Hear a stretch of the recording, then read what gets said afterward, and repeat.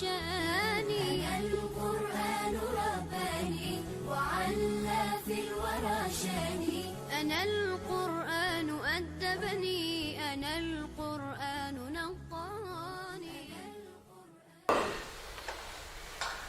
À rappeler l'un des principes de l'islam,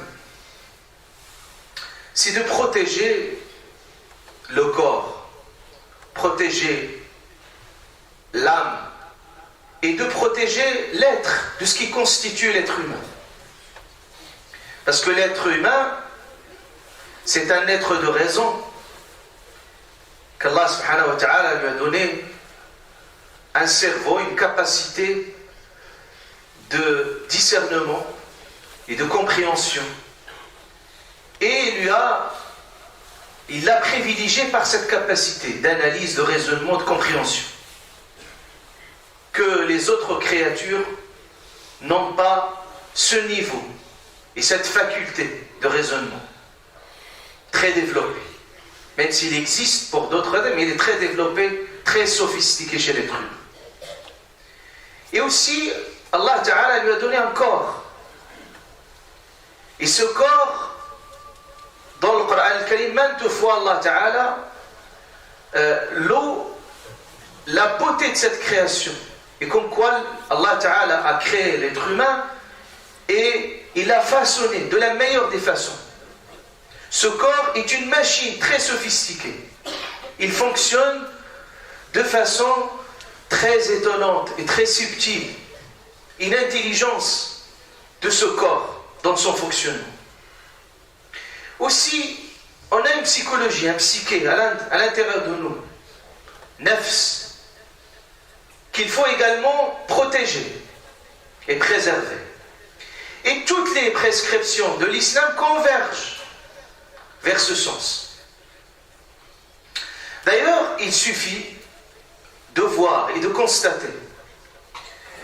Pourquoi on parle précisément de ce sujet? Parce qu'aujourd'hui, avec ce virus, coronavirus, ou les autres virus qui circulent, auxquels beaucoup de gens sont stupéfaits, qui s'étonnent, qui s'interrogent, alors que cette culture de prévention, auquel nous sommes invités en tant que croyants, que l'islam nous donne des règles. On ne mange pas n'importe quoi, on boit n'importe quoi, et même on ne boit pas, on ne mange pas de n'importe quelle façon. L'islam, il nous a donné un code réglementé de tout ce qu'il faut faire, tout ce qu'il ne faut pas faire, en termes de propreté.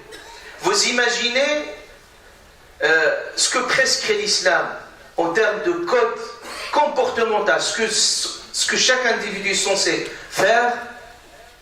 D'ailleurs, le principe de propreté en soi, faire ses ablutions avant d'y aller, même aller faire ses propres besoins, comment le faire et avec quelle manière le faire pour être toujours aussi propre. Il va encore, l'islam même, avant de manger, il ne te dit pas, tu dois te laver tes mains. Il te prescrit même comment tu manges. Et même quelle quantité il faut manger. Et de quelle façon il faut manger. Comment il faut boire.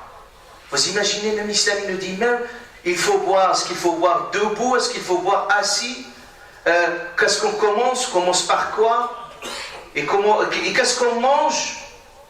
Il nous interdit un certain nombre d'aliments. Ça, c'est interdit de manger ça. C'est interdit de boire ceci et boire cela. Tout cela, c'est de l'intérêt de l'humain. Et de l'intérêt de l'humain. Et de jour en jour, on découvre les méfaits du non-respect de ce genre des prescriptions religieuses qui sont censées nous protéger. Donc, l'islam aussi nous dit que il nous dit que le corps a un droit. Ça veut dire que ton corps, tu n'as pas le droit, au nom d'une liberté donnée, de faire ce que tu veux. Le corps, ce n'est pas une poubelle. Ce n'est pas une poubelle, on doit jeter tous les déchets. L'islam, il te dit non. Attention. Ce corps-là, C'est un dépôt. Allah Ta'ala, il te l'a donné. Il te l'a donné propre, bien entretenu. Donc entretiens ce corps comme il se doit.